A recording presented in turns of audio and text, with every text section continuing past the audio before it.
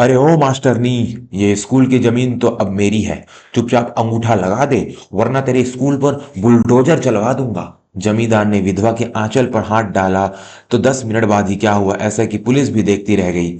आज के समय में इंसानियत से ज्यादा पैसे की कीमत हो गई है। लोग भूल गए हैं कि पैसा तो हाथ का मैल है, लेकिन इज्जत और धर्म एक बार चला जाए तो वापस नहीं आता।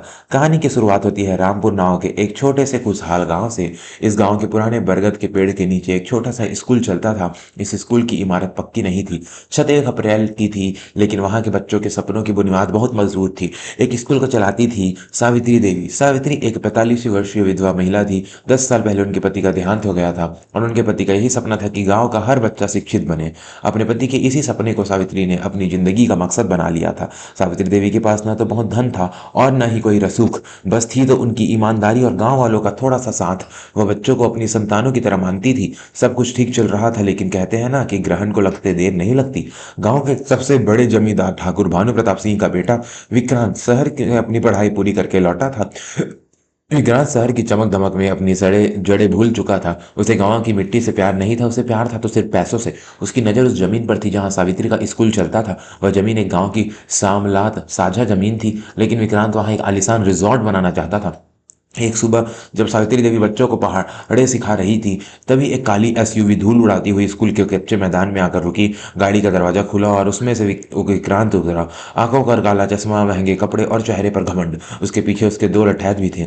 विक्रांत सीधे सावित्री की मेज के पास पहुंचा और बिना कोई लिहाज किए बोला, क्यों मास्टरनी, सुना है तुम बड़ा समाज सेवा का ढोंग करती हो। सावित्री ने अपनी जगह से खड़े होकर बड़े ही शांत स्वर में कहा, बेटा यह ढोंग नहीं, यह तपस्या है, शिक्षा का मंदिर है यह। कहो कैसे आना हुआ। विक्रांत ने हंसते हुए एक फाइल मेज पर पटक दी। मंदिर मंदिर छोड़ो चाची, यह जमीन अब मुझे चाहिए। मैं यहाँ एक 5 स्टार होटल बनाऊंगा, गांव का विकास होगा। ये लो कागज, इस पर साइन कर दो और अपना यह बोरिया बिस्तर समेट लो। बदले में तुम्हें शहर में एक फ्लैट दिलवा दूंगा। सावित्री देवी ने उन कागजों को हाथ भी नहीं लगाया। उन्होंने विक्रांत की आंखों में आंखें डालकर कहा, बेटा विक्रांत, तुम शायद भूल रहे हो, यह जमीन किसी की जागीर नहीं है, ये गांव के बच्चों के भविष्य के लिए है। और रही बात होटल की, तो अमीरों की ऐशो आराम के लिए मैं गरीबों के बच्चों का भविष्य नहीं उजड़ने दूंगी। अपने कागज उठाओ और जाओ यहाँ से। विक्रांत का अहंकार तिलमिला उठा। आज तक उसे किसी ने ना नहीं कहा था और एक साधारण सी विधवा औरत उसे आदेश दे रही थी। उसने गुस्से में मेज पर मुक्का मारा। जुबान संभाल कर बात कर बुढ़िया, मैं मांग नहीं रहा, छीनना भी जानता हूँ। परसों तक यह स्कूल खाली हो जाना चाहिए, वरना जो बुलडोजर मेरे लिए खेत में खड़ा है, इसका मुंह इधर मुड़ने में देर नहीं लगेगी।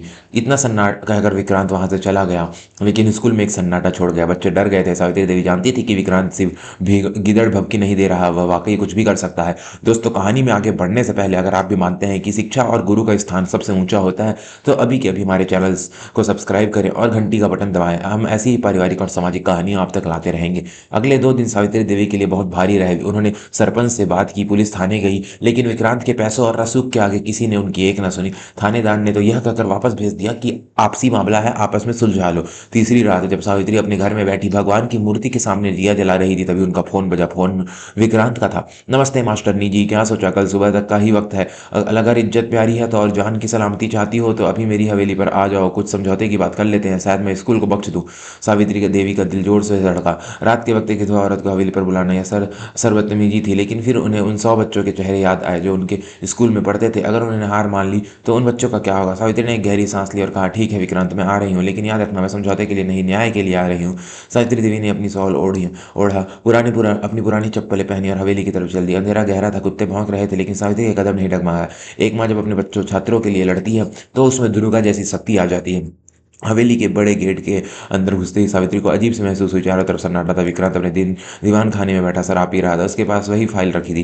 सावित्री को देखते ही विक्रांत ने एक कुटिल मुस्कान दी। आओ मास्टरनी जी, आओ, बड़ी देर कर दी, बैठो। सावित्री खड़ी रही। मैं यहाँ बैठने नहीं आई हूँ विक्रांत, आपसी अपनी बात कहो। तुम स्कूल क्यों नहीं छोड़ देते, तुम्हारे पास तो इतनी दौलत है। विक्रांत अपनी जगह से उठा और लड़खड़ाते कदमों से सावित्री की ओर बढ़ा। शराब की बदबू उसके मुंह से आ रही थी। दौलत दौलत तो बहुत है मास्टरनी, लेकिन बात अब दौलत की नहीं, मेरी जीत की है। तुमने मुझे ना कहा, पूरे गांव के सामने मेरी बेइज्जती की। अब ये स्कूल तो टूटेगा और तुम भी टूटोगी। विक्रांत ने बदतमीजी की हदें पार करते हुए सावित्री की कलाई पकड़ ली। तुम्हें क्या लगता है तुम एक अकेली औरत मेरा क्या बिगाड़ लोगी। मैं चाहूँ तभी तुम यहीं खत्म कर दो और किसी को खबर भी ना हो। सावित्री ने झटका देकर अपना हाथ छुड़ाया। उनकी आंखों में डर नहीं बल्कि आग थी। विक्रांत, औरत को कमजोर समझने की भूल मत करना। जिस दिन एक नारी अपनी मर्यादा लांघने वाले का संहार करने पर आती है तो महिषासुर जैसे भी नहीं बचते। तुम तो फिर भी एक मामूली इंसान हो। विक्रांत जोर से हंसा, हा हा हा, भाषण, बहुत अच्छा भाषण देती हो, लेकिन यहाँ कोई सुनने वाला नहीं है, यहाँ सिर्फ मैं हूँ और मेरी मर्जी चलती है। उसने फिर से फाइल आगे बढ़ाई, इस पर साइन कर दे वरना कल सुबह स्कूल तो क्या तेरा घर भी नहीं बचेगा, और तेरे वो अनाथ बच्चे उन्हें मैं भीख मांगने पर मजबूर कर दूंगा।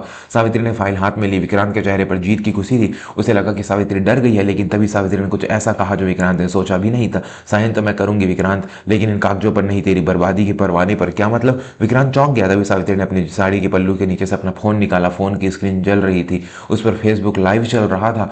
सावित्री ने शांत आवाज में कहा, विक्रांत तुम भूल गए कि मैं एक टीचर हूँ, मुझे तकनीक भी आती है। पिछले 10 मिनट में जब से मैं इस कमरे में घुसी हुई है, पूरा गांव, शहर के पत्रकार और शायद पुलिस कमिश्नर भी सब तुम्हें देख रहे हैं। तुम्हारी हर एक धमकी, तुम्हारी बदतमीजी, तुम्हारी शराब के नशे में कही गई हर बात सब रिकॉर्ड हो चुकी है और लाइव जा रही है। विक्रांत के पैरों तले जमीन खिसक गई। उसका नशा एक पल में हिरण हो गया। उसने झपट कर फोन छीनने की कोशिश की। तूने यह क्या किया धोखेबाज औरत, बंद कर इसे। लेकिन तब तक बहुत देर हो चुकी थी। बाहर सायरन की आवाज सुनाई देने लगी। हवेली के बाहर गांव वालों की मसाले जल उठी थी। जो गांव वाले कल तक डरे हुए थे सावित्री की इस लाइव वीडियो को देखकर, अपने बच्चों के भविष्य के लिए सारा घर डर छोड़कर हवेली को घेर चुके थे। सावित्री ने अपनी आवाज ऊंची की, छूना मत मुझे। आज तक तुमने अपनी ताकत के दम पर लोगों को डराया है, लेकिन आज एक माँ ने तुम्हें बताया है कि असली ताकत सच्चाई में होती है। तुम्हारे पास पैसा है, गुंडे हैं, लेकिन मेरे पास मेरे संस्कार और मेरे गांव का साथ है। तभी धड़धड़ाते हुए पुलिस इंस्पेक्टर, जो पहले विक्रांत से मिला हुआ था लेकिन अब लाइव वीडियो और जनता के दबाव के कारण मजबूर था, अंदर आया। उसके साथ महिला पुलिसकर्मी भी थी। Mister Vikrant, you are under arrest, inspector ने कहा। विक्रांत गिड़गड़ाने लगा। इंस्पेक्टर साहब, यह झूठ बोल रही है, यह औरत पागल है, इसने मुझे फंसाया है। सावित्री ने आगे बढ़कर बिना डरे इंस्पेक्टर की आंखों में देखा और कहा, झूठ और सच का फैसला तो अब अदालत करेगी इंस्पेक्टर साहब, लेकिन अभी के लिए इस आदमी को हथकड़ी पहनाइए। इसने एक महिला की अस्मिता पर हाथ डालने की कोशिश की है और सरकारी जमीन हड़पने की साजिश रची है। विक्रांत, जो कल तक खुद को गांव का राजा समझता था, आज एक विविधा टीचर के सामने पुलिस की गिरफ्त में सिर झुकाए खड़ा था। जिस घमंड को उसे अंधा कर दिया था, आज उसी घमंड का सिर एक साधारण सी कलम पकड़ने वाली औरत ने कुचल दिया था। पुलिस विक्रांत को जीप में बैठा कर ले गई। हवेली के बाहर खड़ा पूरा गांव सावित्री देवी की जय के नारे लगा रहा था। सावित्री ने हाथ जोड़कर सबका अभिवादन किया। उनकी आंखों में आंसू आज आंसू थे, लेकिन वे कमजोरी के नहीं, विजय के आंसू थे। दोस्तों, अगर आपको सावित्री देवी की यह बहादुरी पसंद आई हो तो वीडियो को लाइक जरूर करिए। कहानी हर एक उस महिला के लिए है जो अपने हक के लिए लड़ रही है।